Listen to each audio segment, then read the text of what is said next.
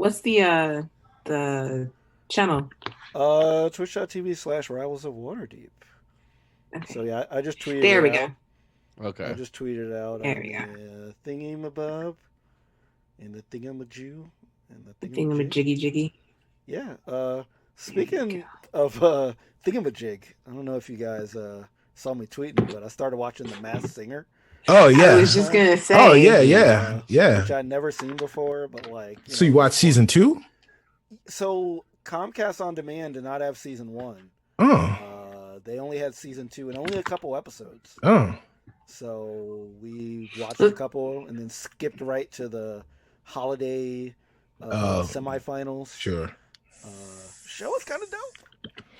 It It's is. kind of dope. It Yeah, is.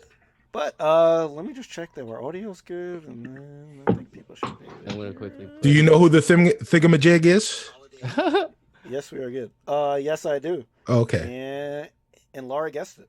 Yeah, I knew it. I knew it from his first clue.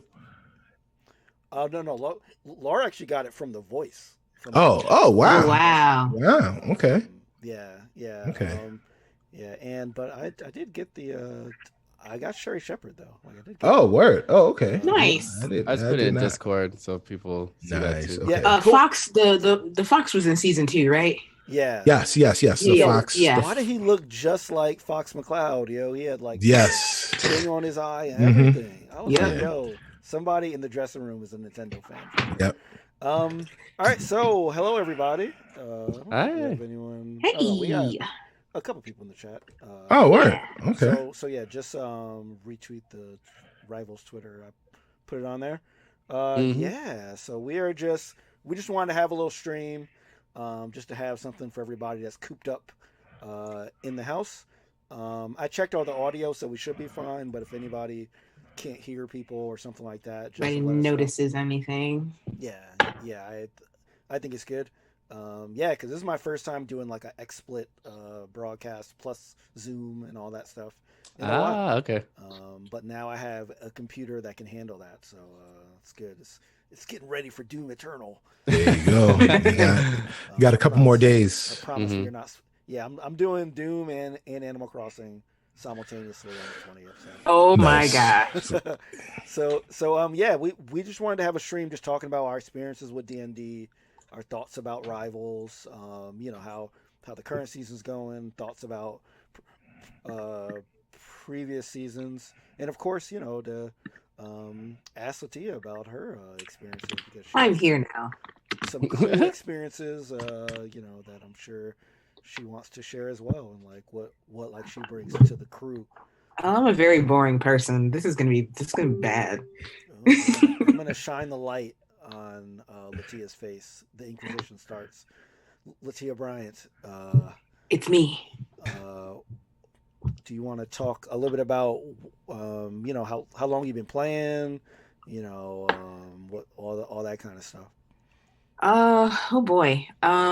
Well, I've been playing probably since right after high school, so Hmm.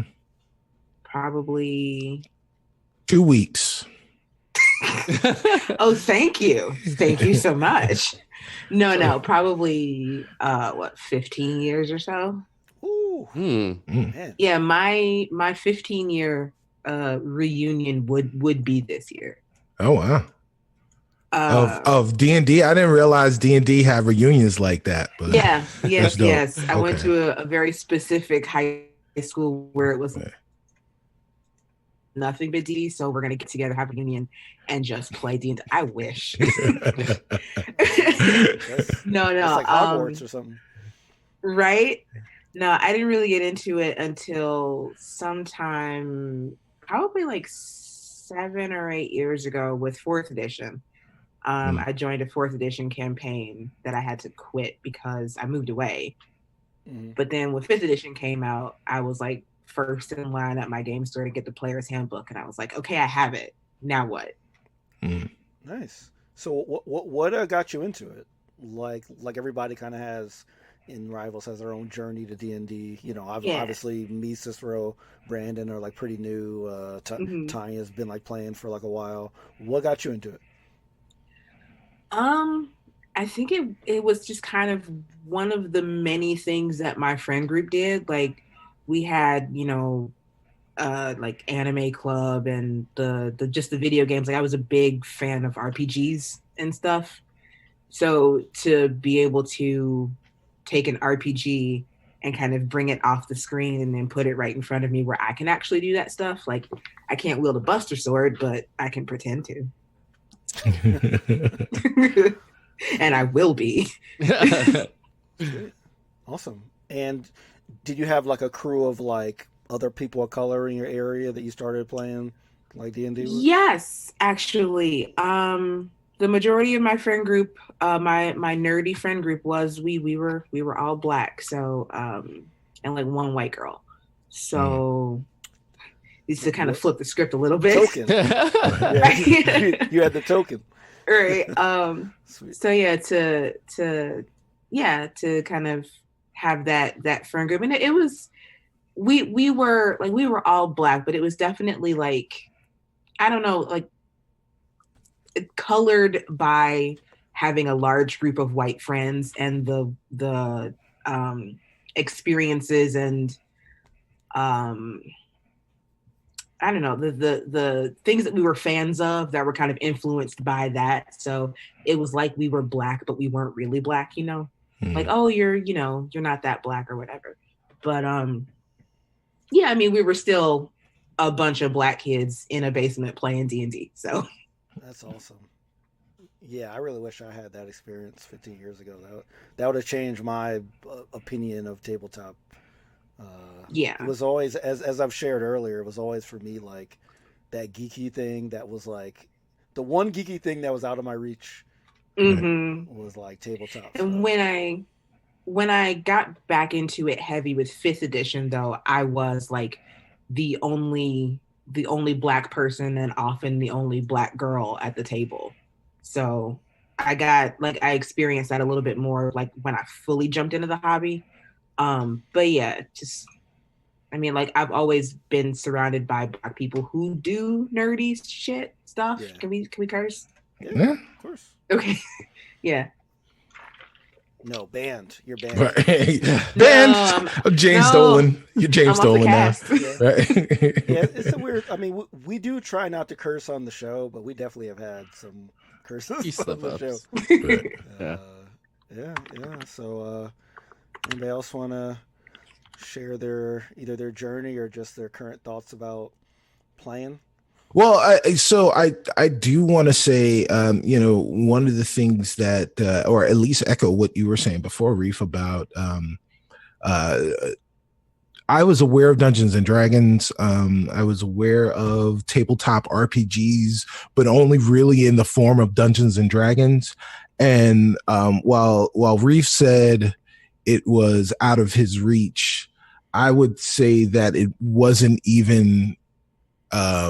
It was like banned from my town. Like it wasn't even a thing that was even broached. Like it never crossed the town lines in terms of cultural relevance. I grew up in an all marginalized community. And we had the token white family on our street, as opposed to the other way around. So it was not even though I was, for all intents and purposes, I was the nerd on our block.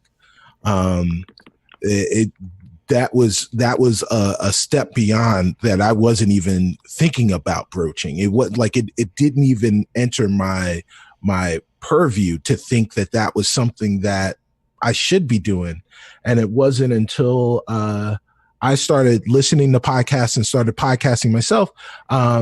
And even then, one of the only Black people that I knew that was very open and honest and deliberate about their love for tabletop RPGs was DJ Ben Hameen off of the Fanbro Show. Shout out to him. He grew up in Houston and was a huge D&D and tabletop RPG fan, and still is to this day. And it just, to me, like, to see him was one of the first inklings where I was like, oh, maybe it's not as weird and out there and as, upper level nerdy, nerddom than I thought it was, because, outside of that, I felt like our geekiness levels were very much aligned, and we enjoyed lots and lots of the same things, and this one thing that we didn't enjoy, that we didn't have in common, was the fact that he had this love for RPGs. And I'm glad that I finally got a chance to roll some dice for real, because it was definitely something that was missing in my life. Sweet. Yeah. Well, how about you, Brandon? Is this something that you encountered when you were younger and just never tried? I honestly, I never actually experienced D&D or like really knew about it growing up. It wasn't until I probably was like in high school, but I did have friends who played it, and it definitely was like not the cool thing to be a nerd. But I kind of started liking RPGs by playing like Final Fantasy games, and then it wasn't until after college when I played my first Dragon Age game. That was the first game that was like really kind of like D&D like, and got me really excited. And then I was like playing through the first one and the second one, and then just really kind of seeing the world of like being an elf or using magic and all that kind of stuff, which I think is what kind of gravitated me towards playing Ren, because I had played that kind of character when I played through Dragon Age. And so when the opportunity came up to learn how to play it and be on the show, I was like, all right, well, I enjoyed playing through Dragon Age. Let's see if this will work out the same way. And so far, I mean, obviously, like Dragon Age and D&D are not exactly the same, but a lot of the character arcs and backstory and the battles are very similar. So that's why I've been enjoying it a lot. And now I've been trying to play like the last Dragon Age game, Inquisition, and just trying to see the difference between like D&D since I played it. So it's pretty cool. Yeah. Yeah, I had a similar thing where I I was a fan of Lord of the Rings. I haven't played Dragon Age, but I played other fantasy kind of games. I didn't realize that D&D, that a lot of that was connected, like lore wise and fantasy wise, to the tropes you find in tabletop RPGs. I thought it was just a totally different thing. So I remember, because I tried it when I was younger and it didn't really work for me. I didn't have a group.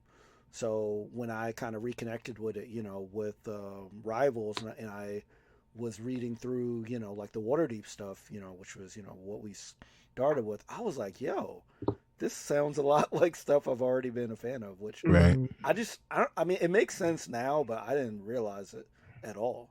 You know what I'm saying? So, yeah, it's been really cool to like, play, I've been playing like a tiefling, but like, knowing who everybody else's characters is on the party, right? When I'm DMing and designing stuff, I always think about like the mix of characters we have and how they react to different kind of situations. So I read up about, elves and halflings, and like now I have like a new race to like read up about and like that kind of stuff that Latia brought as a surprise. Heck yeah. Yeah. So yeah, it's been real dope. It's been really dope. I've been really, really happy with it. You know what I'm saying? I actually have a question for Latia. It's the Ask Latia hour. Oh boy. Yes. Oh boy, go for it. So Latia, you've been sitting on the secret about becoming a rival. First guesting on Rivals, and then actually becoming a rival full time for a little while. Like this had been brewing for a bit, and obviously we knew behind the scenes. What can you talk about? What the perception was for you between when you found out you would be guesting to being a permanent cast member, and like what conceptions, I won't necessarily say misconceptions that you had, but what perceptions or conceptions that you had of us and of how we played that are different now that you actually have had a chance to play with us?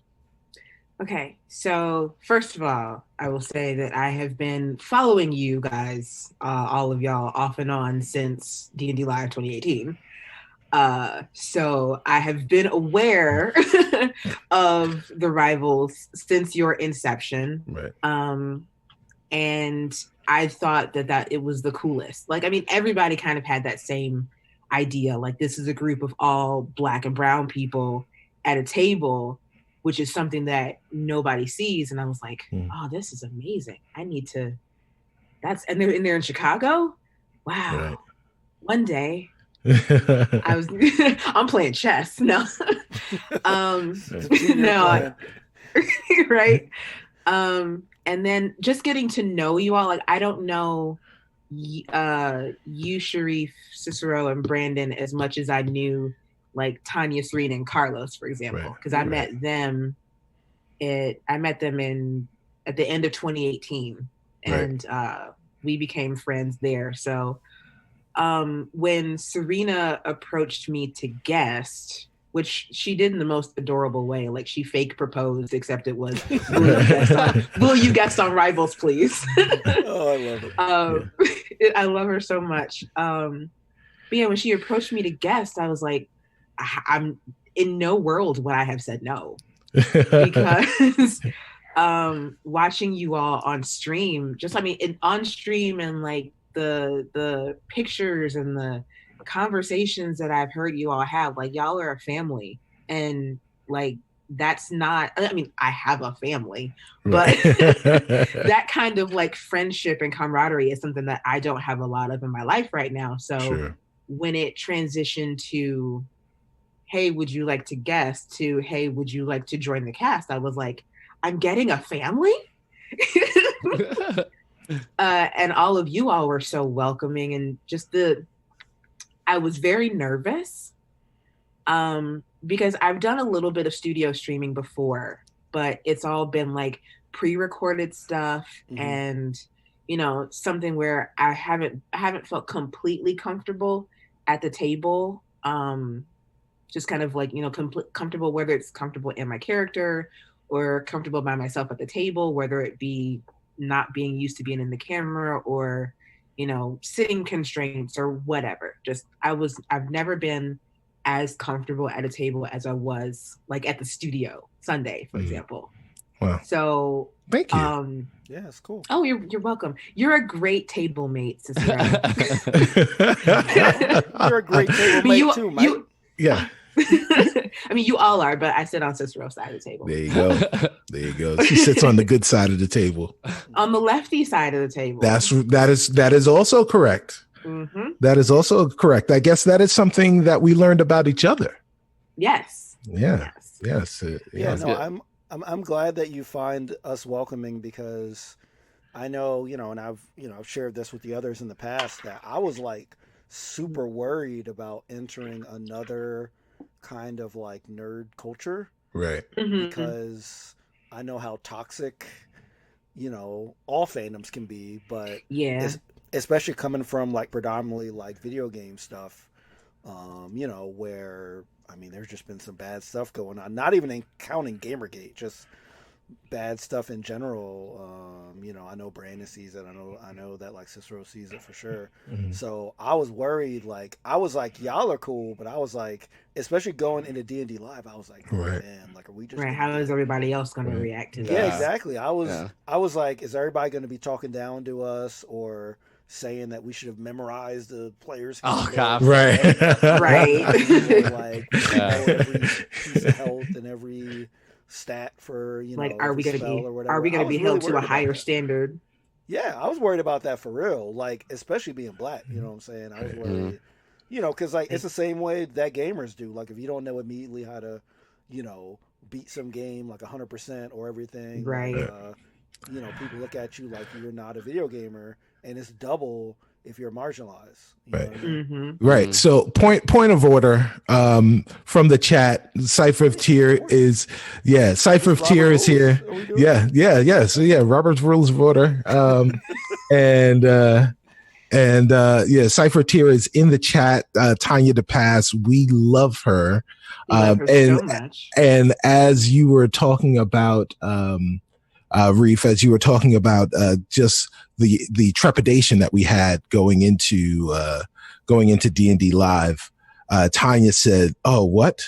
No trust, right? No trust in her." And I would just say, I would say to Tanya, it was because we trusted you that we are here. 100%. That's if it true. weren't for the fact that we trust and love Tanya DePass, Reeve, Brandon, and myself would not be here because of the things that Sharif just stated. Like, we understand how passionate fans can get of their hobby, of their genre, of the thing that they love. And it's irrespective of what that is. There are people that are very, very passionate about that thing. And when newcomers come in and are given a spotlight over that thing, there are going to be people that are very critical of them, especially if those people look different. And that is something that we've experienced personally in the video game space, but we have witnessed countless times before in fandom. And so if it wasn't for the fact that Tanya was the one who approached us and said, "Hey, let's do this," 100% we would not be here. Yeah, I mean, I know for a fact that if Tanya didn't say anything to me or if somebody else, I probably would have had said yes so easily. I think. Right. Yeah. Because I've known Tanya for years, and she brought it up in a really good way where I thought it would work well, and I always wanted to do stuff with Tanya. So it was like, okay, well let's try this D&D thing out, and I was pretty nervous. Like once we started the show, I didn't know if it was gonna feel like the Brady Bunch everybody was put together and it wasn't gonna work out, but it just all came together. And Serena and Carlos, and I got close to them, and it was just, I don't know, it has felt really good to just play with you all, and just like I have played other D&D games, but it literally doesn't feel the same. So that's why I've been very skeptical when people have come to me and asked me about being on other D&D shows, but I don't think I can. I'm just so used to this group that I don't want to try anything. That's just me, though. I know a lot of people can play different characters, but I've just been so. Yeah. This feels very different than any other D&D game I've played, and I don't know if it's. I don't know. I don't know if it's because of the table makeup, where it's just a bunch of like Black and brown people who can get together, like it's almost like it's like being at a family reunion, where you're just really comfortable and like everybody, and like the jokes that you're gonna hear, and the just the level of understanding that you have from everybody at the table just because of who's at the table, Right. Yeah, I mean, just so like you've been playing for a while, so imagine how spoiled me, Cicero, and Brandon are. That this is like our first or our first major experience, right? So it's like we don't. At least me, like I don't know anything else, right? You know what I'm saying? So like to me, this group is D&D. So I feel like I'm gonna go into another group with these expectations. And I'm gonna have to lower them, because I agree. I feel like we got some magic here. You know what I mean? And I remember when we first started, I definitely trusted Tanya for sure, but I was worried that it was gonna be like, me, Cicero, and Tanya on one side, and like Serena and like Carlos and Brandon on the other side, and like it was gonna be like we show up for work, like we do our thing, and then that's it. Like it wouldn't be like becoming closer friends, which I think is what's really happened, and I think that's why the show has been received so well, because we're just friends playing, right? And that's what this stuff is it's just friends playing, and It's like just friends playing, yeah. yeah, exactly. We're not like reviewing WotC business notes, or Right. or like, hey, like make sure that we mention like this and this, Right. like we bug out, you know what I'm saying? Like we sidetrack if we need to, Right. you know, but it's just that trust, because I know I wouldn't choose to DM after barely playing the game if I didn't trust that people would like help me through it and like Mm-hmm. guide me through it. And like I don't know if like you felt the same way, see, when like a UDM, but Yeah. it's like if that trust wasn't there, I wouldn't have did it, because I thought that people would have like questioned everything I did, or said, "Oh yeah, that's not how that works. You should do it this way." Yeah, it's like always that kind of fear that I used to have, but Right. I don't have it with this group. Yeah. Yeah. Trust falls are dumb, but I'll fall backwards with this group any day of the week. Aw. Yeah, exactly. No. I think also something that I discovered as playing is that the medium itself, being in these long-standing campaigns with a consistent group of people, helps to build trust amongst the group. And if you are willing and open to it, it does help to create bonds of friendship. And I think that the group of us started as, some of us knew each other very well. But the group of us, including Carlos and Serena, are incredible friends now. Like, just the amount of, yeah, the amount of love and compassion and camaraderie that we have, that hopefully is apparent on the screen every week, or at least you can hear through the podcast every week, is very real. Every time I see people saying that they're watching the show from the very beginning and how far we are now, I'm just like, I'm always curious to see like when people get to the very end, how they experience it. Because especially watching it all the way through in one sitting, that's a lot of stuff to take in. So I always wonder about that. Yeah, and like the if you check like the YouTube numbers, those early episodes have like skyrocketed, right? Like the views on them, because like there are people that jump in right to the beginning and go all the way through, which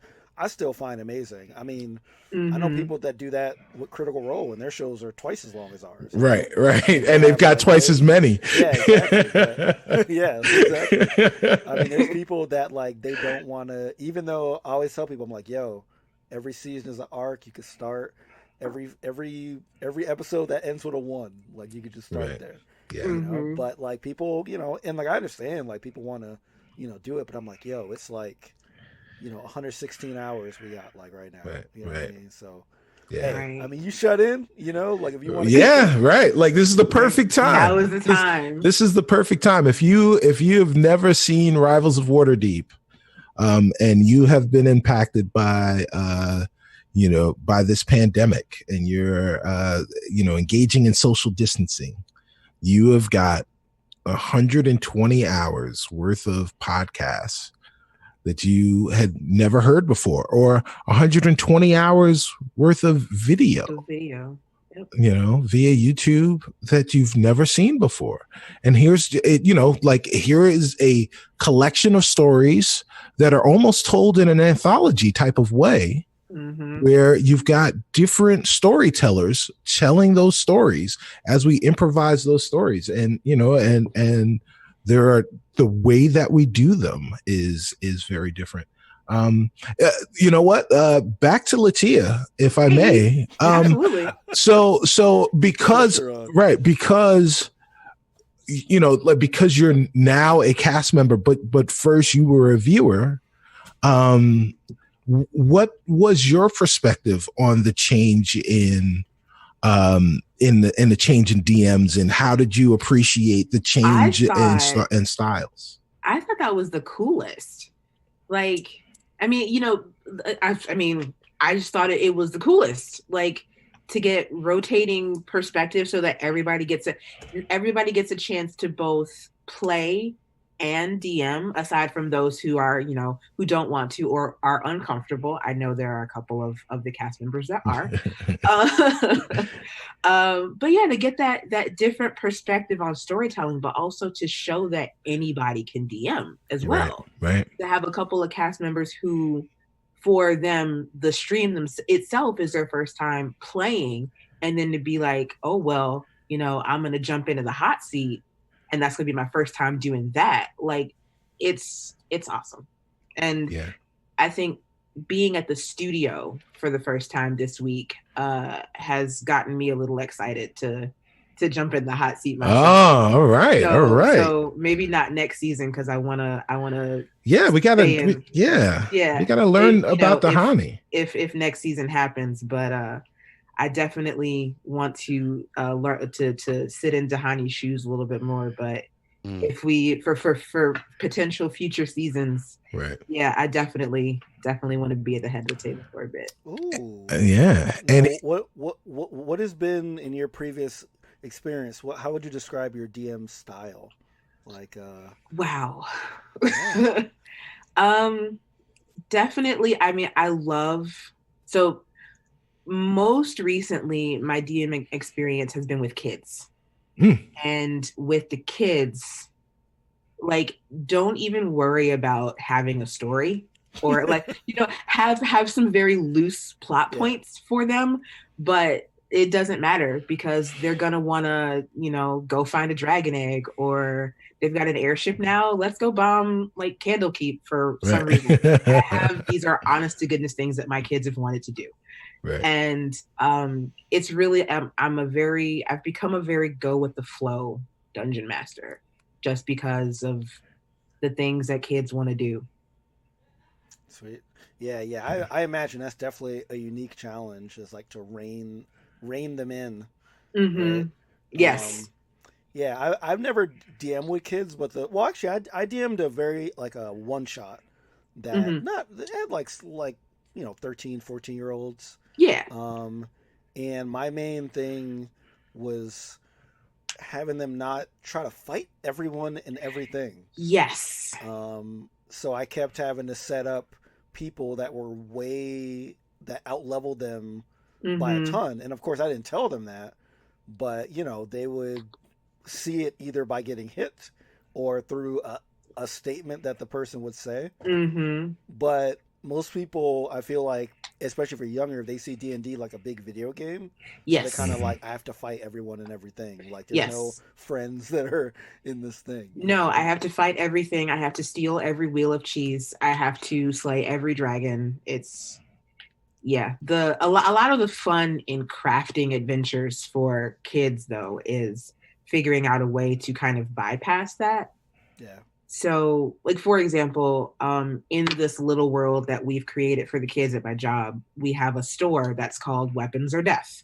This store is run by a somewhat sentient gelatinous cube. Somewhat sentient because he has inside of him the mithril plated skull of some kind of ancient wizard or whatever. So when the kids go into the store, the skull like pops out of the cube and goes, "Weapons or death." And if the kids say weapons, then they can buy weapons. And if they say death, well, so far no one has said death. Wow. That almost sounds like, it's not that deep of a cut, but in Dark Knight Rises, when Scarecrow was holding the trials and he was like death or exile. Right. Oh. I don't know yes. That, but yeah. Yes. I just saw that movie recently because I was watching old movies. What does Batman say? We don't fall down to get up. Oh wow. We fall down to see if our knees are busted. He does not say that. But going back in those movies, aside if from I fall down, it is because my knees are busted. Right. Aside from The Dark Knight, which has some really great writing, most of those movies, the dialogue is pretty bad. Yeah. In revisiting them. Right. But, like I love the thinking up ways to avoid combat, and like also when the players do, Brandon, I like love what you did with Gideon, man. You made Yeah. me completely rethink that character. You know, I didn't 'cause even know that. That just kind of came out of nowhere. no, but that's what's awesome though. Like that's what makes the great games because Yeah. I definitely planned him to be like this super beautiful, like looking dude that has that like withering gaze spell and all that stuff. Ooh. But I had to rethink. I had to adjust to what you did, and I think it's made that character and that arc like much better. Well, I want to cool. ask a quick question to you as a DM, and I guess also Cicero, Liti as well. So, like situations like as I had kind of switched up, like a storyline, like how do you come up with like what to do next, like on the fly? I mean, Because I'm not really good at quickly coming up with something like that. Oh, you're a liar. You're a Not liar. like, switching up what I was playing on. You're a liar. you do it a lot, even though you don't realize it. Yes. Oh, okay. Yes. Mhm. Yeah, Yes. because like I mean, are you saying you plan out everything Rin's gonna say every episode? That's true. I do not. I You do have a not. typed out script. Right. Imagine I had a script. Right. It's a telltale style script though. He's got like branches off. Yeah, right. Yeah. Exactly. Right. There's a giant flow chart in his head. Yeah. But yeah. I mean, like it's all improv. I mean, it definitely is harder for the DM for sure because I have to improv more stuff and I got to think about everybody. Mhm. But yeah, man. But like I had to, honestly, one thing I love about D&D is if you can't make up something, you just roll the dice, man. Yep. As a DM, you just roll and you make your decision. It like is a crutch almost. Like I think that a lot of people think that a DM has to plan out like every possible interaction, and like some DMs might, but like me, I definitely have my threads that I'm trying to drive people towards. But oftentimes when you see me roll and it's outside of like combat, it's when I don't know what to do next. Right. And it's like you might not even be rolling for an outcome. You just roll while you think of something to do. And then like if the die comes up as, a certain number, like if the die leans one way or another, then you're like, okay, well, so like if Gideon was like hell bent on being like this, super beautiful, I'm a bad guy and I'm always going to be a bad guy. And like a high number would indicate that. If I had rolled low for Gideon, for example, I'm going to like not necessarily like the opposite, but I'm going to think like, instead of being this bad guy, like what would he have done instead? Like I take a low roll. I think about like what the opposite would be. And then I kind of like insert an NPC's personality into that. Yeah. So like he wouldn't like completely surrender or he wouldn't, completely fall absolutely head over heels for Rin, but he'd soften a bit, which is, kind of what he did. Yeah, that's exactly what he did. Yeah. I agree. Like I like to think about fleshed out kind of characters. I mean, they're not like two-dimensional. Like they don't just think one way and that's all they ever do. Like they are three-dimensional. So like they can change their mind, right? They can get frustrated. They can get upset. They can, at the last second, choose to go against their design orders and do something else. I feel like that's what makes games kind of lively, and that, that's one thing that I love about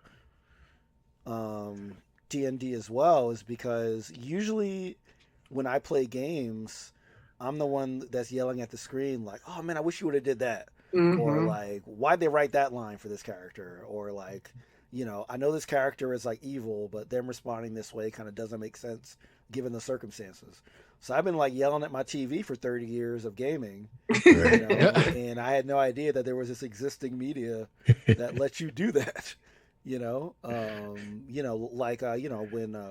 When like Mass Effect came out, because I didn't really get into the Dragon Age series, but when like Mass Effect came out, I was like, yo, this is what I was looking for, but it's still, you're still limited by what they could fit in there, right? So, having, discovering kind of D&D has kind of been the solution to something that I've been looking for Yeah. over all the years of gaming I've done, which is like yelling at my screen when like somebody reacts a certain way. Even with a newer game like The Outer Worlds, which is an awesome game. Yeah. But I remember thinking at like at times like, why'd you do that? And when you're playing, you can, I just hope that things like what Brandon did with Gideon, that they empower the players and let you know that everybody controls the story. It's not just the DM dictating something and you follow. Like everybody changes things at the flip of a hat. Was there anything that you had to change based on what we did during your season?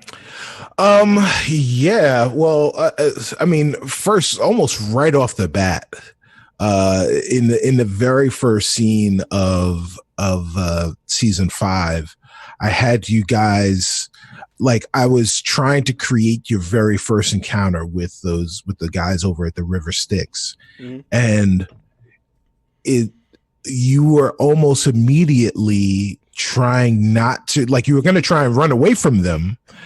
And then I kind of forced you to fight them, and then you kept one person alive.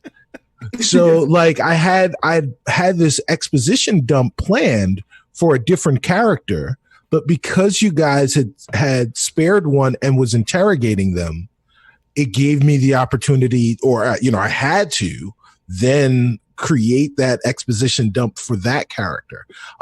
But it gave us some fantastic RP as a result of it. The joke about what are the allergies, and go into the infernal Walgreens, like all of those things. All of those things came out of that interaction, and that entire thing was improv. So yeah, it's great. Like it's I'm going to sound like such an old man when I say this, but the beauty of being able, like when you're a DM, and you've got a good table, is jazz.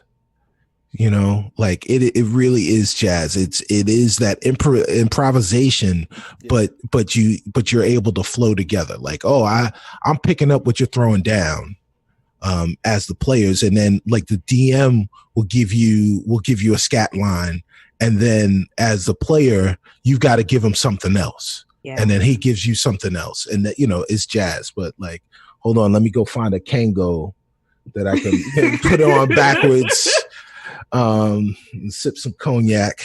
Yeah, no, I love that, because even if you don't count jazz, it's a jam session. Yeah, it's like people showing up with instruments, and then somebody will come to the stage and play something, and then you'll like just make something, and like somebody will like come up and start singing or rapping or scatting or whatever. Right. It's like going to an open mic and having one of those jam sessions.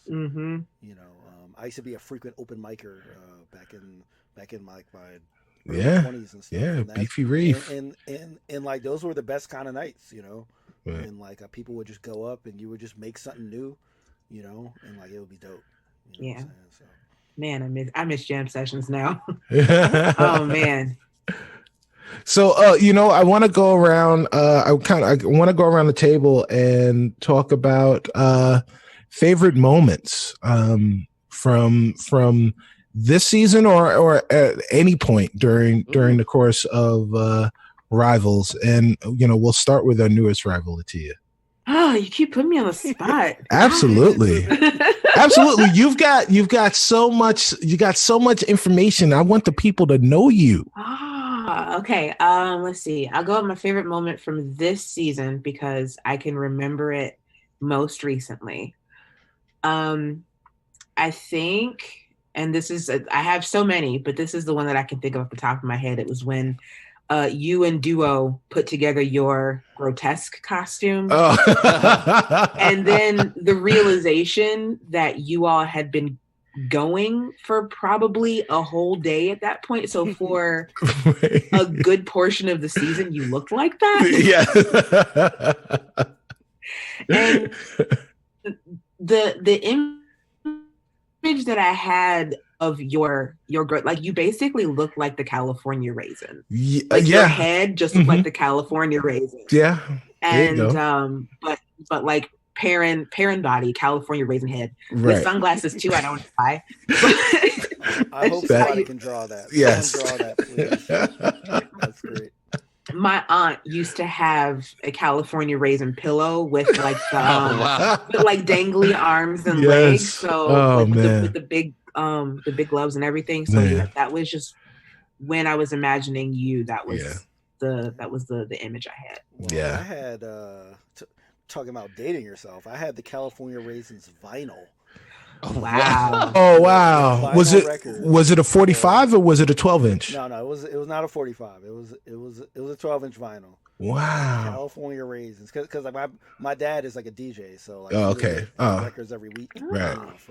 From his supplier, Right. and he gave me the California Raisins vinyl. He's like, I Wow. ain't spinning this. Yeah, exactly. He was like, I think I'd rather play the electric slide for 3 hours. Right. DJ. Was Mac tonight on the B side? All right. Yeah. So, Brandon. any favorite Oh moments? wow. from Okay, this so season? I can only remember a moment, and I don't remember the exact moment. And I told Serena about this, but it was the episode when we had the New York Times in. Oh yeah, We were yeah. taking pictures, and there's this really emotional scene that I had to play with Ren, and it's just like I was dealing with like a really heavy thing that day. I walked in, and I tried to like not let it bother me, and like this scene came out where I was like crying and like getting really emotional, which I hadn't really felt that for the first time. But it was weird because it was like taking the emotion that I was feeling and then putting it to the character, and it really made a really great scene, which I have been now starting to feel more comfortable letting myself go and not feeling so weird about it. Because I know when we first started, I was very like, okay, I don't want to step on anybody's toes, or like I don't know if I want to like emote too much. And I think from that scene on, I've just been more comfortable with just like expressing emotions. Like after that, we had the scene where it was Ren was really upset with everybody because of the whole parent thing, and that we were trying to save parent, and Ren was like totally against that. Yeah. And it's just those kind of moments where just being emotional and showcasing the character in a different light than what we usually see has been kind of cool, I would say. Yeah, because I don't get those opportunities so often, I guess, like streaming, so it's really cool to role play that out and using my own experience to kind of do that. Awesome. Yeah.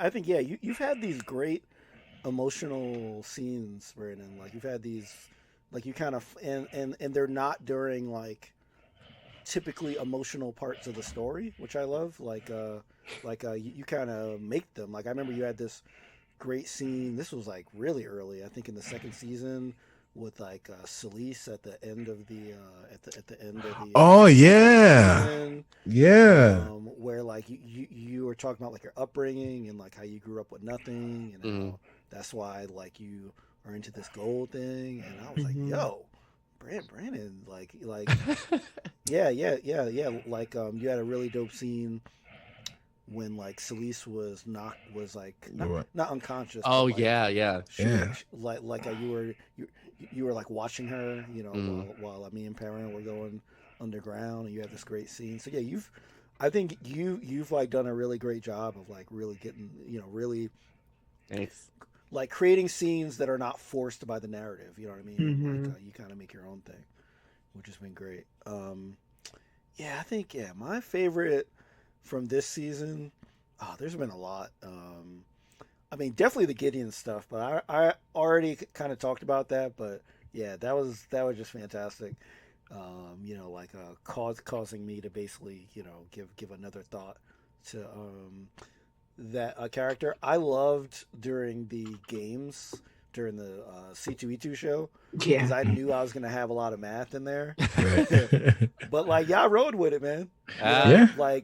Like I gave y'all the option. I was like, y'all could walk away. Like y'all don't gotta do this stuff. And like y'all engaged. No, we're going to do math. Right.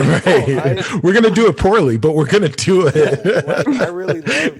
I really love that. Like y'all had that trust in me to go through and engage in like all the games I had set up. Yeah. Because like I mean, like y'all could have tried to fight somebody, or just said like I'm not, or like tried to investigate other people.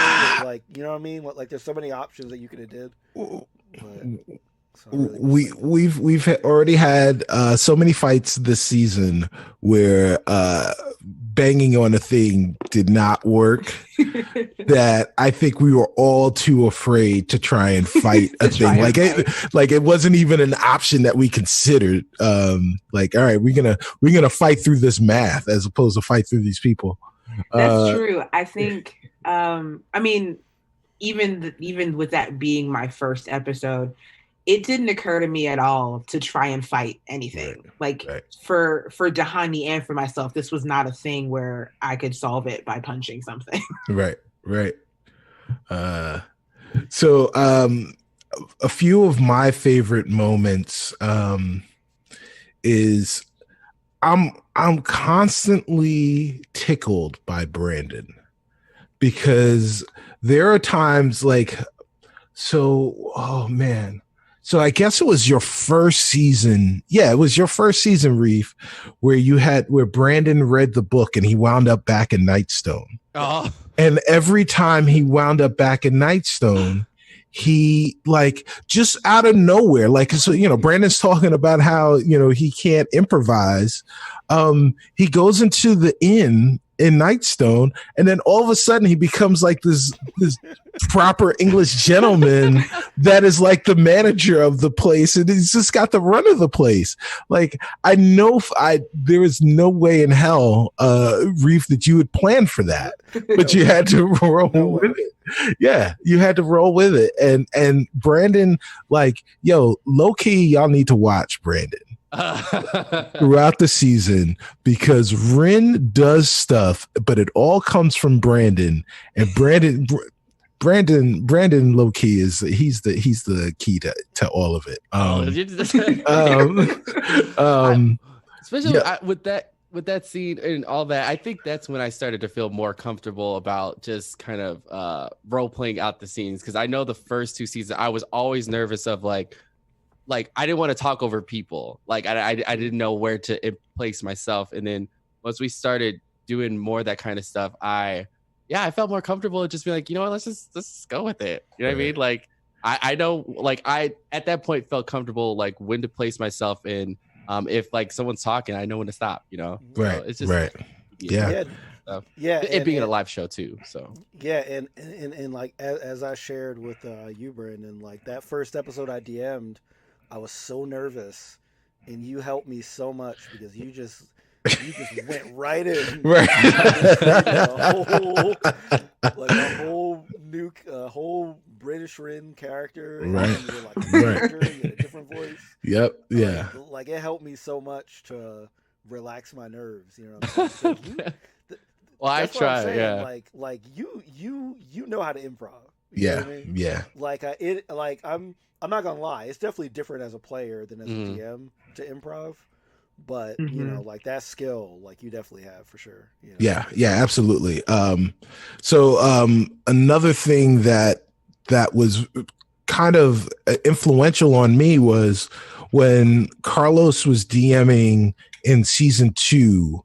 The amount of emotion that he brought to, like the weight that he brought to his storytelling and to our game and to our world was something that I didn't know. Like season 1 was kind of light. We still didn't know what we were doing. And, it was kind of like action comedy. And then like Carlos created, he made us truly 3-dimensional. And through his storytelling and bringing that emotion back. One of my favorite moments also was from season 5 when I was DMing, and I gave you guys all that opportunity to live out some stuff that, I don't want to spoil for those people that are listening or watching that haven't gotten to season 5 yet. But I think those were pivotal moments where people had to make decisions, but also had to live out different versions of things, which I was really fascinated by which way people went with that. Yeah, that was one of my. That was a hard. That was not to spoil it, but that was one of the hardest scenes I had to live out and say and do. Yeah. Yeah. So yeah, I mean, it's that's been one really dope thing is getting used to the style of each DM, which is why I was asking Latia what she thought her style was because Hmm. everybody's different. Yeah. Like everybody focuses on different things. Like if you've noticed, like we've had combat like this season, but not like straight up like the last episode was probably the most combat that you've seen that wasn't related to some kind of puzzle Right. or Yes. something like that. Yes. So I made a conscious like decision after Cicero's season, which was very combat heavy, Right. to lighten up on that a bit and to Hmm. dive in onto other things while still keeping some aspects of that. So yeah, it's. I think one thing that I really like a lot too is if somebody creates like an NPC, like we have to trust that the DM next is gonna like take care of that Of that. NPC Yeah. Mhm. Sure. if they choose to like include them, right? Right. Like because like Cicero essentially created Duo, Hmm. and every season we've had to trust everybody with that person, Right. and there's been like other characters that like we've brought in, but like I never have a worry that like, hey yo, don't put this character in because you gonna mess them up or something like that. Right. Right. Like I was nervous about featuring Trollskull Manor in this season because Serena did such an excellent job with setting up the character and mood and like the house was like another character, Mhm. but at the same time I know that we all have trust that we're not gonna like step on each other's toes when it comes to you know f- featuring other people in it. So yeah, like the chat has some crazy stuff in it. I haven't been but yeah, so I appreciate everybody in the chat. I saw someone about 15 minutes ago saying that I had villain lighting on Yes. my Yes. That was on Tanya. my camera. Yeah. It's just villain time. You gotta give him your best villain laugh. I can turn the light off, but yeah, look at that. Ooh. That's almost worse. Like you turn the light out on him. Yeah. You know what? I will because it's like a little darker now, so I'll turn it off. So yeah. So anything else, Sean? Anything else y'all want to share? I don't know, Cicero. Do you have any more questions for me? Latia. Yeah, everyone stay tuned for the after show where Cicero continues to ask Latia questions. Favorite Pop-Tart? Strawberry. With or without frosting? With frosting. Oh, good job. Because there's only one right answer. No. Well, and it's depending on my mood. It's also tied for brown sugar. Brown Oh sugar yeah, is brown sugar. Brown sugar absolutely is number one. brown sugar is dope. number one. So your introduction to Pop Tarts was definitely frosted strawberry. Yes. Definitely. Absolutely. The first Pop Tart, Well, anyone like by law, the first Pop Tart you've But ever we're talking had. about the best one, right? So I like yeah. blueberry too. I like blueberry word? Yeah, I like blueberry. I don't know. That sounds sacrilegious. Brown sugar is dope. The s'mores one, y'all can miss me with that. Like I know a lot of people came It's a up little on too that much. s'mores. Yeah, y'all can miss me with that. I've had it. I mean, it's not yeah. terrible, but Yeah. It's just like Yeah. It is. It is just it's not a strawberry or a brown sugar pop tart. that is facts. And if you're gonna have a Pop Tart and you don't have frosting on it, you're doing life wrong. Because for what? Why are you doing this to yourself? The frosted ones are not bad. There are some they're questions in the chat now. Oh, okay. Question. So Tanya asks, what would your character's favorite Pop Tart be? Oh my gosh. I think Dahani would probably like a plain non-frosting Pop Tart, like any flavor, just non-frosting. Yeah, I think Shaka would kind of have and he wouldn't tell anybody this, but he would have kind of a secret obsession with like the like ridiculous Pop Tarts, like the ones with the sprinkles on them. Oh yeah. And like 2 different flavors. And like some kind of brand sponsor, like Lucky Charms, like Lucky Charms Pop Tarts. Yeah, like I feel like he would have an obsession with like the ridiculous Pop Tarts. Yeah, I think that Perrin would probably take 2 different flavored Pop Tarts and have them together. So like a strawberry and a blueberry. Mm-hmm. Half and half. And would either cut them in half or make a sandwich. Mm-hmm. Mm-hmm. Yeah, Ren. I don't know. I think Ren would just like a really golden burnt Pop Tart. I think Ren would have the opposite of what you would expect him to have. It'd just be a really burnt Pop Tart, golden crisp. We call that Cajun style. Yeah, just enjoy that burnt Pop Tart for substance. Yeah. All right. He left it in the toaster a little bit too long. Yeah. Yo, I used to all the way on 6. I remember in college, I was even too lazy to microwave them, y'all. I would just eat them joints straight out the bag, man. Straight out the bag. Straight out the bag. So some other questions. Yeah, we do have some other questions in here. Yeah, like what are everyone's favorite film genres? Now, is that us or the characters? No, I think us. Yes, right? Yeah, I think us. Yes. Because there are no films in Waterdeep. Right, there are no films in Waterdeep. I mean, they asked our characters about Pop-Tarts. Yeah, that's true. Pop-Tarts in Waterdeep? There's pastries in Waterdeep.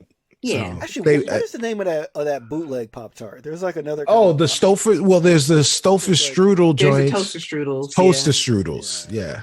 Are those the ones you're talking about? Yeah. Are there other ones?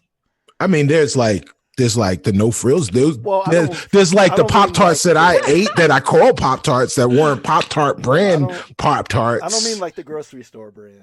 No, the ones from Pathmark in the white box. Like the shop right? Yeah, I got mine from Seatown. All those grocery stores are all out of business now. Yeah, really. Seatown's still around, I think. Favorite film genre? Yeah.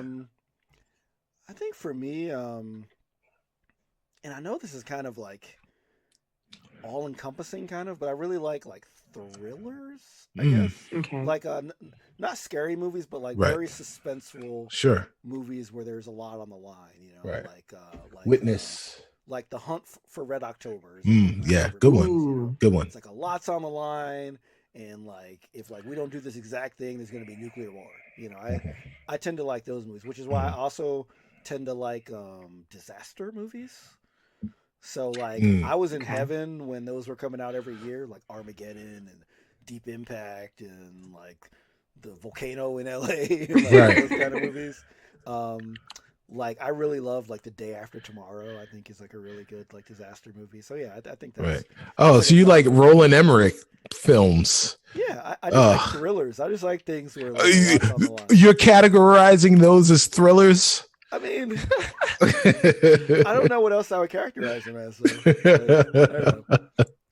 So, somebody else go. Right. We're talking about movies again, right? Yes. Yeah. I mean, what's your favorite genre? Go ahead, Brent. I mean, I don't really watch too many movies, but like when I do, it's usually like sci-fi stuff or supernatural things. Like I can like I was a big Buffy the Vampire Slayer fan. So that kind of stuff I'm like. Did you watch the movie? What, the Buffy movie? Yes. Oh, I've seen it. Yeah. Okay. It's very different. Yeah. I didn't like it. It's very different. Yes, it's very different. That the show was created. Actually, it's the reason why I didn't give the TV show a chance. Yes. Same. Oh, really? Yeah. I didn't like the movie at all. I can see that. So I can see that. I made fun of my friends that watched Buffy. And then when I got into it later, I was like, "Oh man, I really." Yeah, because I watched the show before I watched the movie. And I saw the movie. I was like, "Oh wow." Gotcha. This is not what I signed up for. Right. Yeah. What's your favorite genre, Latia? I think if I had to really pin one down, it would be martial arts movies, both like wuxia, like the hero, the Shaw Brothers, flying daggers, like the Zhang Yimou films. okay. But then also really, really ridiculous martial arts movies like Ninja Assassin. Yes. Yes. It informs a lot of my hobbies because I do a lot of flow arts and stuff, and nice. like playing with like rope darts and stuff, and it just informs a lot. But then also movies that are so bad that they're good, like Once Bitten with Jim Carrey. It's one of my favorite movies. And well, Clue's not a movie that's so bad it's good. It's just a good movie. Yes. Knives Out. Like Knives Out. You got to see if you haven't seen it. I plan on picking up that Blu-ray because yeah. murder mysteries, like my favorite book is Right. And Then There Were None by Agatha Christie. So stuff like that I really dig. Right. Yeah. So Knives Out is what if Clue was good? Like straight up. Like that's the pitch. Yeah. Yeah. Okay. Yeah. So my favorite genre of film, if I have to pick a favorite child, it would be the child who tells me about is topical but thought-provoking sci-fi thrillers. Okay. So films like V for Vendetta, Okay. Yeah. films like Children of Men, Dark City is one of my favorite films. It's been a while since I've seen that. Yeah. So like they're like all of these movies that present us with a future that is plausible based on where we are, but also gives us a chance as moviegoers, as film aficionados, to have conversations about what the film is talking about and how it makes you feel. And it just evokes existential just kind of thoughts in your brain. So I really enjoy those. Yeah. Hunger Games. So like Hunger Games overall, like the world is something that I thought about a lot, and the costumes and stuff, but because it was wrapped in this action movie sandwich, I didn't really attach myself to the world as much as a like thought experiment as maybe I should have, or maybe I would have had I read the books. Okay. Yeah. I love Catching Fire. It's like one of my favorites. I like the movies. They're good. Yeah. Oh no, I thought the movies were good, but I thought, but if you were to ask me to categorize it, I would call it just an action movie set in the sci-fi world. Oh wow! As opposed to like a dystopian, thought-provoking dystopian sci-fi action film. So I can see that. But I think the books would have been different. Yeah, I see some conversations about Peeps. Yes. Oh, yeah. Tanya. So Tanya is full of controversy today. So Tanya, after we talked about Pop-Tarts and Brandon said that his character would eat burnt Pop-Tarts, she asked us the general question, Peeps, yes or no? And Latia and I, the eagle-eyed participants that we are, saw that and responded with we had very definitive and emphatic answers. Before we give our answers, I will allow you, Brandon, and you, Sharif, to answer. Reef, why don't you answer first? Peeps, yes or no?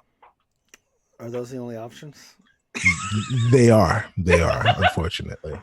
So if Peeps sometimes is it's a yes. Okay, I'll say yes then, because it's a sometimes.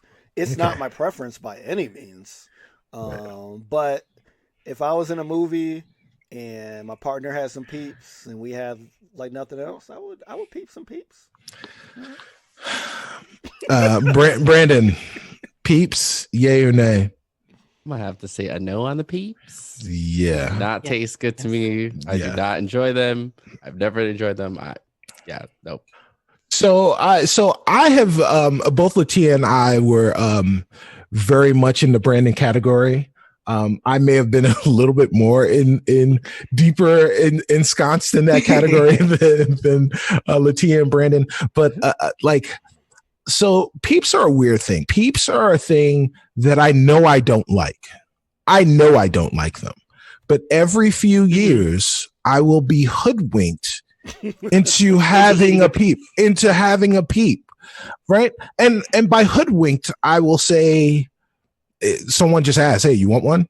And I'm like, "Oh, okay."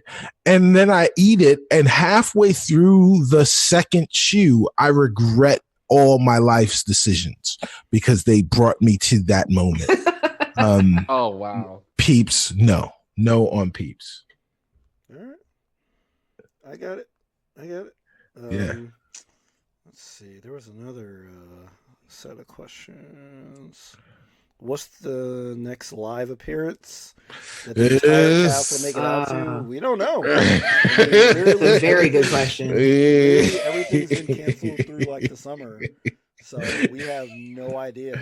I mean, Next live appearance, my room. Right. Yeah, yeah, I mean, like Latia and Cicero were supposed to get Gary gone. Yeah, that's canceled.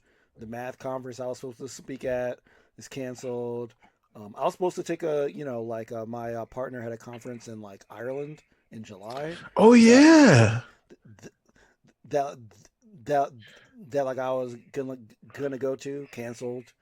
You know what I mean? I'm worried because I have a good friend that's planning her wedding. Yeah. Oh yeah. Yeah. It's like in September. Oh. But still, I mean, I don't know if the venues are gonna be like, nah, you know what I mean, or if people are not gonna fly. If people just don't get their act together. Yeah, exactly. Question. Yeah. I gotta learn how to pronounce this right. Oh, Aarakocra. Aarakocra feel awkward sleeping on a feather pillow. I don't think so. I'm sure Aarakocra like most birds, as long as the feathers are humanely sourced. Humanely sourced. So like you're like at like Whole Foods in the organically sourced, organically harvested feather department. Yeah, you know, and like you're paying like twice as much for your stuff. All right, yeah, I think actually might be. Oh, favorite superheroes. Ooh, there's a question in there. Ooh. I used to like Spider-Man back in the day, but I don't know. It's kind of he fell off to like Venom. Oh, okay. Maybe because I play way too much Marvel vs. Capcom. I always pick Venom. Okay. I don't really have I don't really have a favorite because I'm not really super into superheroes, but I don't know. All right, that's dope. All right. What about you, Reef? I've always been a Batman guy. That was my favorite comic book as a kid. Then the animated series came out when I was a teenager on Fox. That was incredible. Batman the animated series is one of the greatest cartoons in the world. In the 1989 Batman movie was I just didn't think they could do comics like that. Like it was incredible. Yeah. And I know people, love Heath Ledger, but Jack Nicholson is still my favorite Joker. There you go. That's my Joker. That's my Joker. So like I've always been a Batman dude. Right. All right. So Brandon's gonna go. We're gonna still answer some questions, but before Brandon goes, I want Let the man go. I just want him to answer this question because I think it's an important one. It's an important one. Did you ever feel awkward about role playing? And if yes, how do you deal with it? That's a good question. No, I mean, I think I ever felt weird about role playing. I think, especially with the situations that Red has dealt with, especially with like men and women, I thought it was gonna be a little weird. But I've oddly felt comfortable with it because mainly because the people who are at the table have made me feel comfortable. When we did it in front of a studio audience, that was definitely different. But I don't know. I've never felt weird about it because I think I've been so used to playing fantasy games and then like imagine like a good imagination about that kind of stuff anyway. So it's never been like a weird situation, but I have second guess certain things that I've said out loud while role playing during the game and been like, okay, I probably should have said that. That did not sound right. So we've that just means the game is great. Yep. That means the game is great. All right, Brandon. Well, all right, everybody. Thanks for hanging out. Appreciate it. I'll see you guys on the next Bye, episode. Brandon. Bye, Brandon. Love you, man. See ya. All right, man. Peace. So I lost the history of the chat because my Twitch refreshed. Okay. That's Yeah, okay. I got you. I don't see any other questions. I think the superheroes one was the last one I saw. Other favorite geeky pastimes.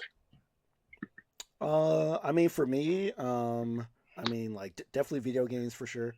Mm-hmm. I also really love like action figures. So Cool. Let me adjust my camera a little bit so I can show you what Gonna show us your action figures. what my office looks like. Yeah. Yes. But like while I'm doing that, somebody else can. Yeah. So Latia, let the people know about you. Let the people know about me. So video games, of course. I used to be very, very big into Dance Dance Revolution. Oh, okay. Did you wear flare jeans like the big? I didn't wear Junko jeans. I wore bell bottoms. I was big into bell bottoms. Okay. Yeah, I used to be. Well, I mean, I probably still am into DDR, but I think last summer I very badly pulled a calf muscle while playing. Oh wow. So, but yeah, video games, that, and then if you can call flow arts geeky, like I do hula hooping and fan spinning and rope dart and et cetera.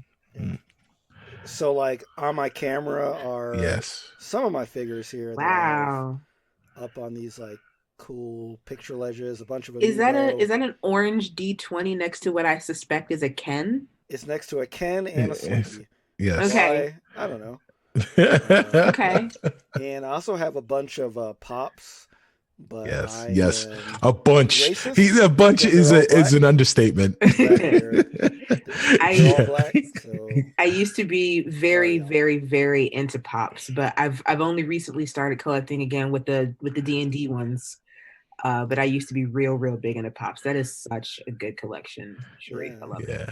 And well, now that we're into my collection, Geordie LaForge, nice. I got some other stuff. I got some like Cuphead people. I got some nice. I got some Atari 2600 cartridges. Holy cow! Because I love that stuff. Got some Ganon, some small Street Fighter characters. I like that Ganon pins, actually. Yeah. There you go. Pins. Yeah, some emotes, some Cypher of Tear emotes. I got the Night King. Yeah. And I got a bunch of stuff. Awesome. Yeah. So that is me. Any geeky pastimes? Nah, man. I'm a cool kid. Yeah. You know, sticking nerds in the lockers.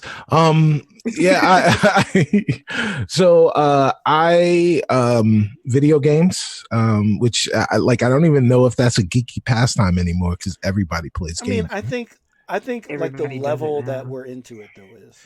Oh yeah. Like if you go onto my Twitter timeline right now, there is a 4-tweet post speaking about the Sony PS5 reveal.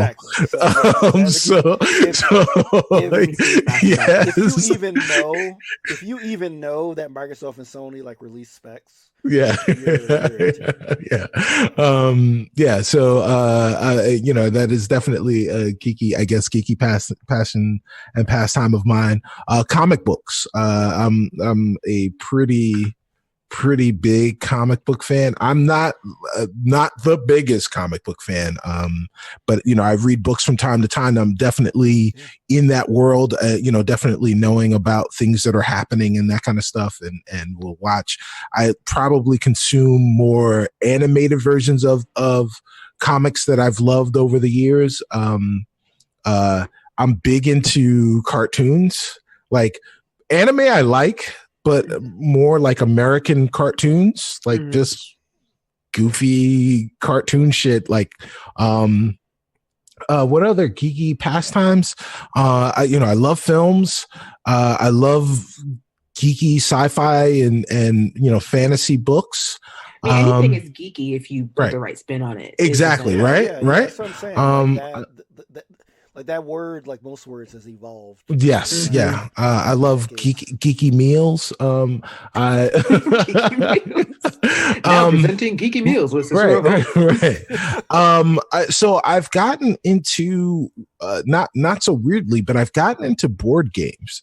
So one thing that would happen if you wind up hanging out with me, coming over to my house, is we're gonna play some games. Yes, every time I go to Cicero's house, we play some stuff for sure. Yeah. So what is on your board game shelf? Oh right man. Now? Oh, hold on. Oh no, my cameras aren't long enough to take you to, like, I don't have the memorabilia board that Reef does, but I do have an entire bookshelf full of board games. So I've got games like Cards Against Humanity. I've got Love Letter. I've got Settlers. Catan. I've got I've got 3 different versions of Betrayal of the House on the Hill. That's my favorite board game. It is. So it's the game that was my gateway drug into new board games. Yes. It's fantastic game. Love it. Once we can get like 6 people together in a room without it being a health hazard, we should definitely play that game. And so I've got, Diana Moon talked about it. I've got Betrayal Legacy, but nobody in my house will play it with me. So that's that's a problem. I just bought a game called Rap Gods. I think they're called the Board Game Brothers, BG Brothers on Twitter. And it was, I think I caught their Kickstarter bundle for the game.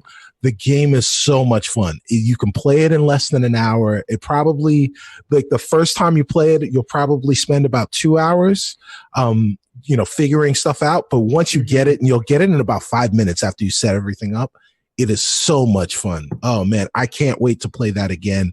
But it's up to 4 players. But I've got code names. I've got a bunch of different code names. I've got like 5 different One Night Werewolves. Yeah. And I carry around a Bluetooth speaker with me, so just so I could play One Night Werewolf. So I can play One Night Werewolf.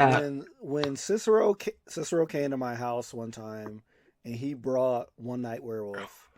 And my in-law, my future in-laws at the time, right, were there, and they got so into it. Like, my mom-in-law was accusing people, right? Lying. It was incredible. Yes. Like it is. Like, I just didn't know that they had this version where there's like an app that runs you through all the things and tells different roles to wake up and do stuff. It solves a lot of the trouble. I was gonna say, it takes a lot of the guesswork out of the game when you can just set it to go and you already know kind of what's going on there. Yeah. It is awesome. A couple questions I see. So for Sharif, what do you think about that new Shenmue? Yay or nay? I mean, they're not trying to do anything new. It is Shenmue.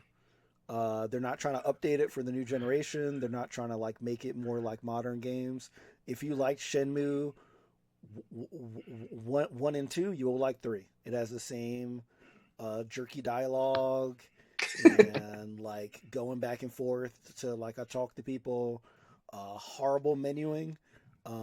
Specifically, if you're on the PC, you better have a controller, because the buttons that they choose, which you can't change, and Right. keyboard are awful. Wow. But you know, it's like a Kickstarter thing, right? So I mean, I will say though, the music and the graphics incredible.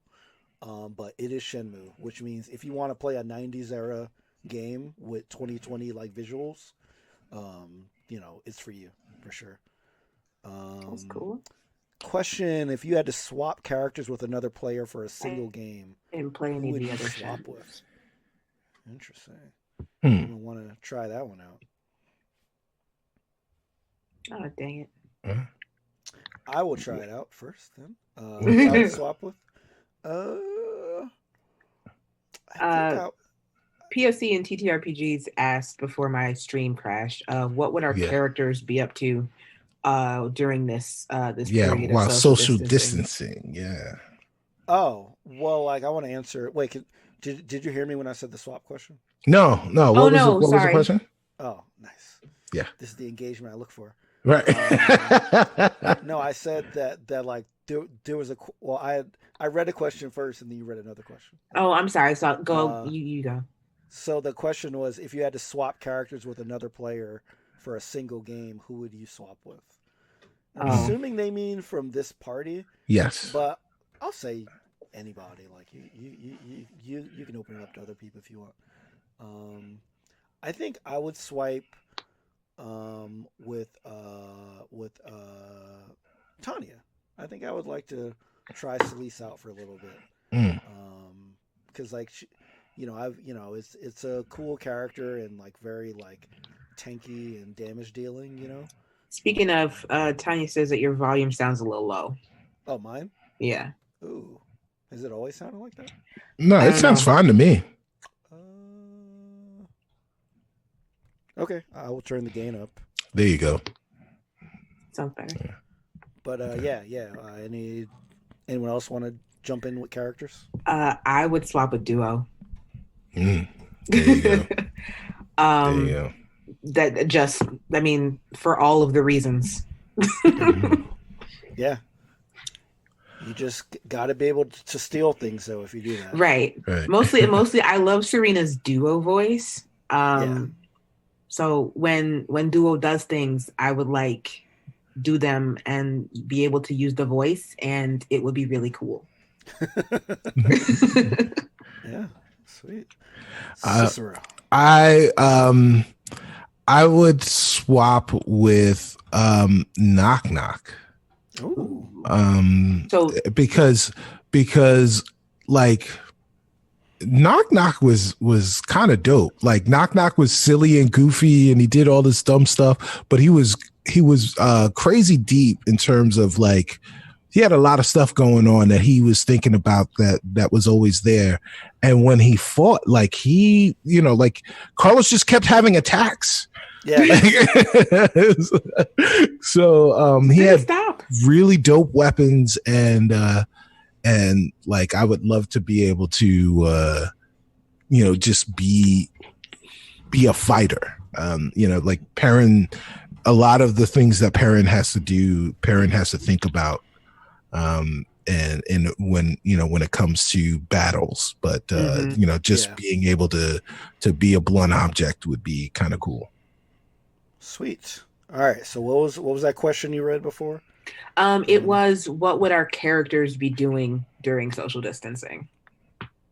I mean, Shaka's cool with a room of puzzles, so he doesn't really need anyone to play them with. He will like design them and then try to solve them himself.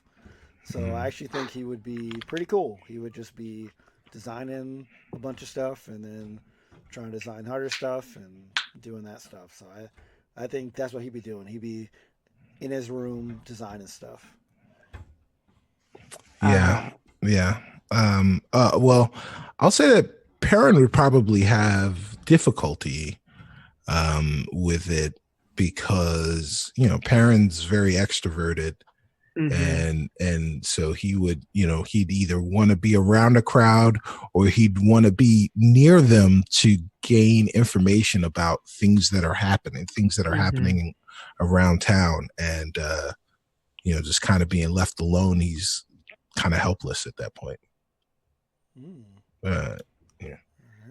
Dahani would, Dahani's used to having a very close knit group of people or birds around. But at the same time, being able to fly kind of makes it a little bit easier for her. So, she could just be like 20 feet above everybody and just like having conversations and like, oh, you need this thing. She would be Dahani would be probably like delivery and helping out the people who are not able to go and do things for themselves because she can fly. That's a really good point. Like, I guess, like, unless you came across another bird, then you gotta like make sure you're 6 feet apart, right? Past each other, right? It's like as soon as you see each other, it's like, oh, hold on, let's we gotta, right. Yeah, like y'all basically need like a flight controller, like exactly, like a FAA to direct y'all all around. But yeah, no, she would see a situation where her abilities would make her very useful for the situation. And like for example, we have a lot of disabled and immunocompromised people who can't get out and do things right now. She would be that for people, and she'd also be able to kick people's butts who buy too much toilet paper. Right. Fly over to Costco. Oh my God. Right. There's a bird diving straight for us. Right. Stole my 24-pack. It's Aarakocra swooping season. Right. Yeah.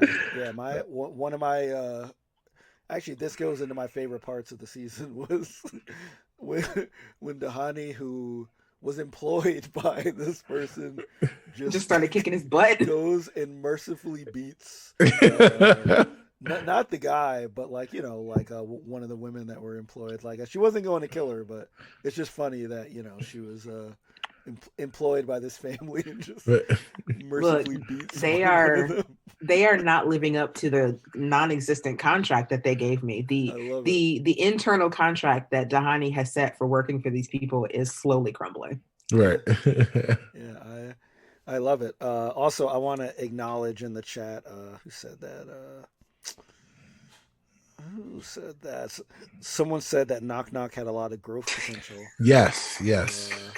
Ancient Red Dragon. Yeah. That was. I might steal that for the show. Yes. And give myself credit for it. No, I would not do that. But I do like that though. Yes. And, might want to keep that in mind because might wrap around and in future episodes. You never know.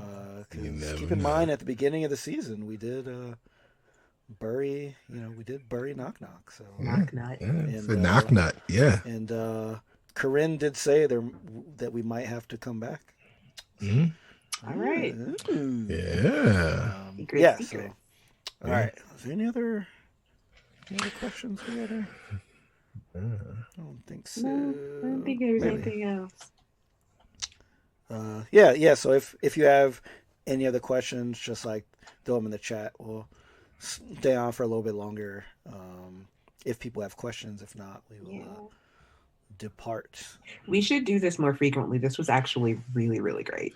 Yeah, I think with us, our schedules opening up as they have, there may be opportunities for these kinds of things. I think that's the plan. I mean, we got to talk with. I don't know if D&D is planning on like rerunning our show at our time. Right? Who knows? Or anything like that. We I will be right back. Yeah. Sure. Yeah, it's it's crazy time. I think a good way to connect with the crew, with the fans, and especially because like we know on the show that we only take in character questions, right? But so this is a good chance to do both. What are your favorite cartoons? I think we talked a little bit about this, but I don't. I mean, I mentioned Batman the Animated Series. It's definitely up there. Right. So I'll acknowledge this by saying favorite is not best. I recognize that this cartoon does not stand the test of time. Okay. But since I was as a kid obsessed what Teenage Mutant Ninja Turtles. Oh yeah, sure. I would have to say that the late '80s Goofy, Yeah, Cowabunga. Yeah, like the Cowabunga pizza eating Yeah. turtles. Still my favorite. I did try to. I remember when like YouTube like became a thing and you could watch old cartoons on there. Right. I remember watching it and I was like, whoa. Like it's not great. If you count Avatar as a cartoon, that would absolutely be my number one. I don't know if that quite qualifies. Avatar: The Last Airbender. Yeah. What were you talking about before I came back? What cartoons? Yeah. Best cartoons was Turtles. Yeah. So like I said again, it's my favorite, not the best. But if Avatar counts, like that's not only one of my favorite cartoons, that's one of my favorite like pieces of media ever. Right. Mm-hmm. So I haven't seen the last season of Avatar, The Fire Nation. I haven't seen it. I know everything that happens, but I haven't seen it. Yeah, I started watching Avatar, but I've not finished. I don't think I made it through the first season. It was really good. I really enjoyed it. It was but yeah, I forget like things. Life came in the way, or got in the way, or whatever. Reef, favorite turtle? I mean Donatello. Oh yeah, that's on brand. That's on brand for you. Yeah, exactly. Yeah. Absolutely. Yeah. What's yours, Cicero? My favorite turtle? No, cartoon. Well, okay. Yeah, and turtle. I mean, look, Raphael. Like, duh. Are you original cartoon Raph, or are you like movie? So I was original cartoon. Like every iteration of Raphael. Up until like these like more recent ones where I feel like most of I think like the characters have been homogenized a little. Yeah, I've always gravitated towards Raph. Nice. I think he's an interesting character because I feel like they've made him more and more like rebellious and more like I'm just with y'all because like I'm gonna go do my own thing. Right. Like, Yeah. Like how they're doing this character. Yeah. Latia, what's your favorite turtle? I do not have a favorite turtle because I don't remember them enough. Oh, okay. All right. Okay. So Shredder, got it. Yeah, there you go. Right. Exactly. No. Yobo, what's his name? No, if you're gonna do that to me, then my favorite character is going to be like April O'Neil. All right, Casey Jones. April. Yeah. She was, she's unfortunately a victim of that time where most female characters were pretty damselly. But like even in the, I never saw the recent. I know they made those movies. Like they made 2 movies. Like so in like the 2010s. Yeah. Which like I actually never saw, so I don't know. How she was like portrayed in those. It was what's her name from? It was a Michael Bay film, so it was what's her name in Megan? Yeah. Yeah. Yeah. Did they give her more agency in those movies, or was no? I mean, really? Not really. But it was what was funny about the second one, especially. It was like they took the cartoon and made it a live action film. So it was terrible in all the same ways that the show was. So I thought those movies were like more serious than the original cartoon. No, the late 80s, early 90s ones, at least the first 2 were more serious than these. Oh yeah. Wow. Yeah. I figured that these, especially being a Michael Bay movie, that they would go for these super dramatic like things, but no. Nah. I might check them out. I just never. Once I saw that Michael Bay was attached to it, I was like, all right, I'm good. Yeah, no, they're like, I mean, if they're streaming somewhere, watch them. Yeah, sure. Yeah. Check it out. So my favorite cartoons is like the list is. My favorite cartoon is basically whatever I'm watching that I continue to watch at that particular. Well, all right. So all right. My favorite cartoon of all time, the one that impacted me the most was Robotech. Okay. Because up until that point, I had never seen a cartoon, because cartoons were for kids, right? So I'd never seen a show for kids where characters died. Oh, and like you watch G.I. Joe and everybody would be the best soldiers in the world and the best mercenaries in the world, but nobody could shoot anybody, right? G.I. Joe movie, man. So cop out in that movie. So Duke was supposed to die in that film, and they instead decided not to kill him, and like dubbed in the portion where they were like, oh, he fell into a coma and he's okay at the end. So he was supposed to die, but he did not die. Robotech was the issue. I want to shout out a couple of cartoons that nobody knows about that they should know about. The Legend of the Galaxy Rangers. Oh yeah, I never heard of that. Yeah, Galaxy Rangers is amazing. And Bionic 6. Bionic 6 was that does sound familiar. Dumb television show, dumb cartoon with amazing action and really good animation for the time. Both really great shows that I enjoyed a lot. I have written those down. I know everybody was up on Transformers, but I was a GoBots fan. Back in the day. I liked the GoBots cartoon and the Transformer toys. Really? You like the GoBots cartoon? Yeah. Oh, I did. Either one? It was I don't know why. I just liked the characters better, but I hated the toys. So like Transformers had cooler toys. Yes, 100%. But the GoBots toys were awful quality. They were Chinatown bootleg quality. In fact, I think some of the ones that you buy in Chinatown, like the Chinatown version of Leader One, was die cast, and the Chinatown and the actual Leader One GoBot was plastic. Dude, it was like cast on Canal Street. Like they made it there. Yep. There you go. Yeah. I didn't watch a lot of Transformers growing up. I had Beast Wars. Oh yeah, sure. Before school. So I was a big fan of Beast Wars. Right. Which technically isn't a cartoon, but it's it was CG. Yeah, it was CG like the way Reboot was, which I also love. Reboot. Shout out to Bob. Shout out to Bob and Dot Matrix. Yes. They rebooted Reboot. Did you know that? They did reboot Reboot. Rebooted Reboot on Netflix. Mm-hmm. And made it bad. Like Reboot started out as a kids as a animated cartoon, like a CG animated cartoon.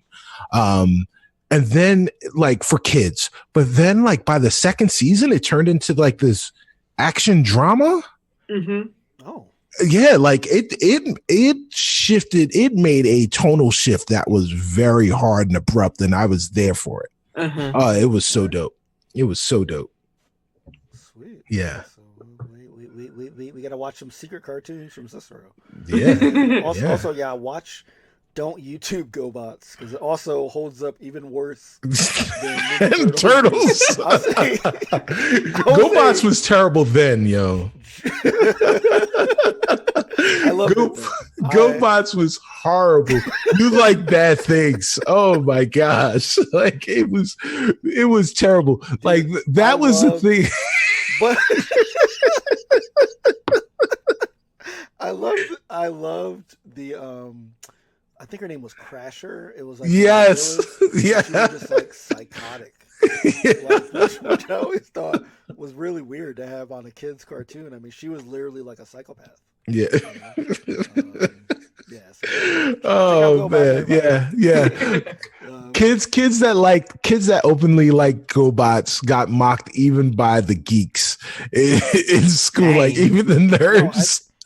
I think one reason I got into GoBots too was because like when my mom would go to the store, them GoBots was mad cheap. Yep. Yeah. So you get go by toys. Yeah. This is Yeah. what you're getting. Yeah. You know, so I got in the cartoon through that. So, one more cartoon that I have to shout out because it was a cartoon that I secretly watched that I know all of my male compatriots also secretly watched, but we never discussed it. And that is shout out to Jem and the Hologram. Jem was awesome. Yeah. Jem was dope, Jem but is- nobody copped to, well, at least in my friend group at my school. So the Jem would come on Channel 11 in between G.I. Joe, or either it was in between G.I. Joe and Transformers, or it was G.I. Joe Transformers, then Jem. And so, like, you're not turning the TV off. Like, that would take too much effort. Like, you just watch, you sit there, you watch it, and then you get into it. And they had songs, and it was all sorts of dumb stuff. But, like, we would come to school, and we would talk about what we saw on G.I. Joe and what we saw on Transformers. And then you would see the light in everybody's eyes to talk about what happened next, and knew immediately that you could not speak on Jem because Jem was for girls. Yeah. And Oh. yeah. Yeah, man, things were gendered real bad. Yeah. We talked about Jem, but only if we could talk about synergy. Yes. We literally Yes. only talk about the computer. Oh, really? Yeah. The sci-fi part we of would it. never talk about the plot lines or like Misfits or that kind of stuff. But like we actually did like a couple years ago, Black Girl Nerds did like a Gem rewatch. Oh, dope. Oh.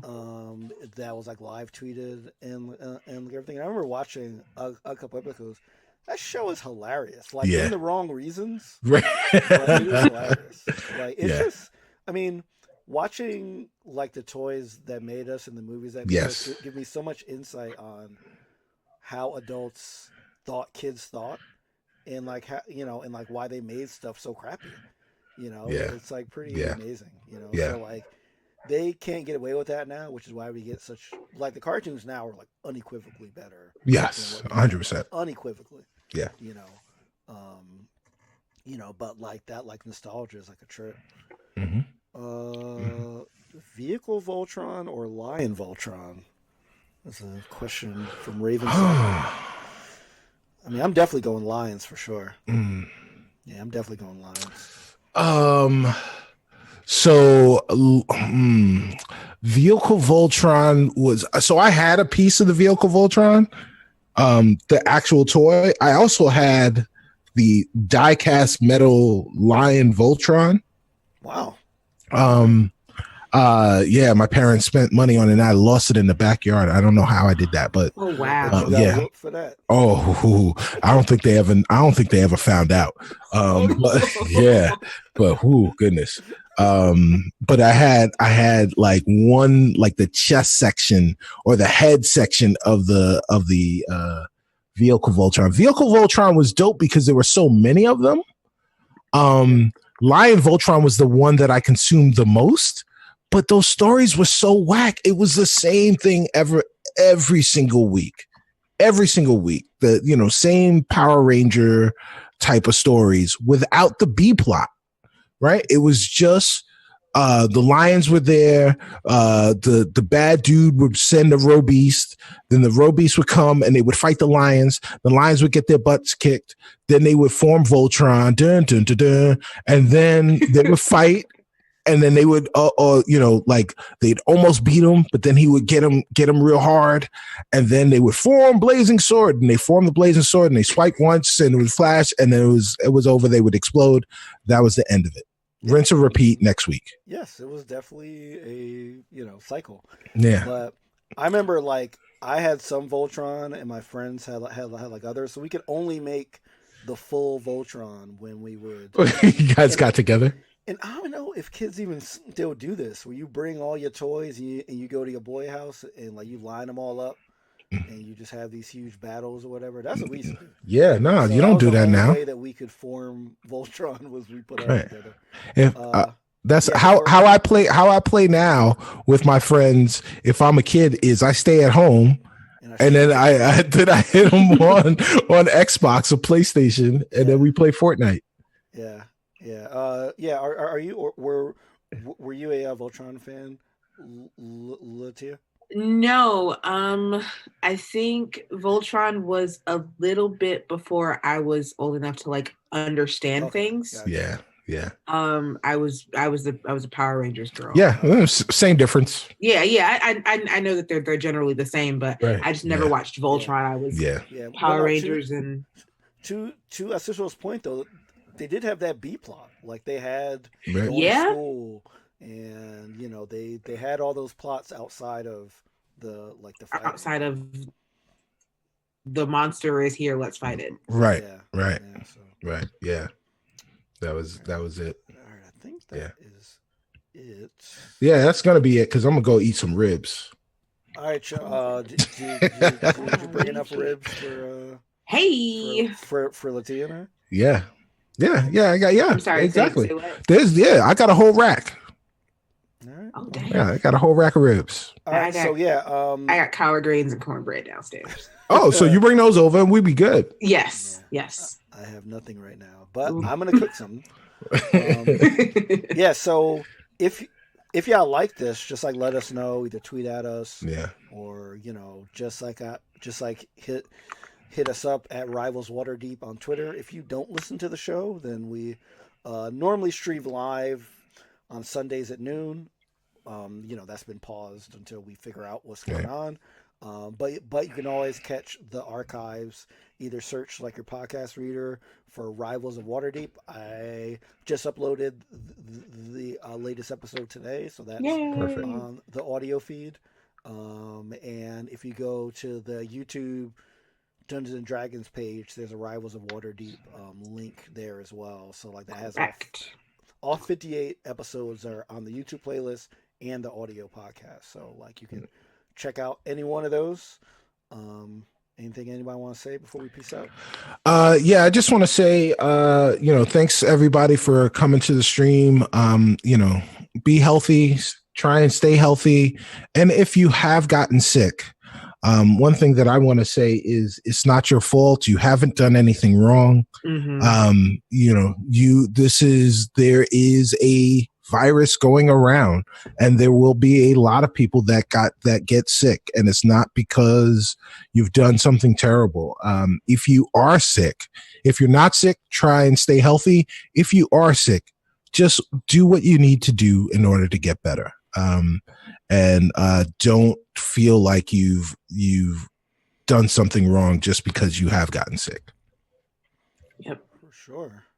Anything else? Yeah. No, I thank y'all for having me. I'm never gonna stop saying this. Like we'll be 15 seasons in, and I'm still gonna be amazed that y'all decided to bring me onto the cast. But this was Tia confirmed 15 seasons. There you go. There it is. Sign the contract. I'm playing chess. But no, I'm very grateful to be a part of this family. I'm very grateful to have y'all as friends. This was a lot of fun, and I definitely want to do this. I mean, it doesn't even have to be about D&D. We can just be about whatever. We can shoot the shit, and it's gonna be a whole lot of fun. So absolutely.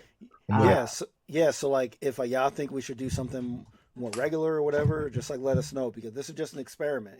We just wanted to bring y'all something since we know that we might not have shows. So we don't know when we'll be able to finish the actual season. So have a great day, everybody. Night, or I don't know what time zone y'all are in, day or night.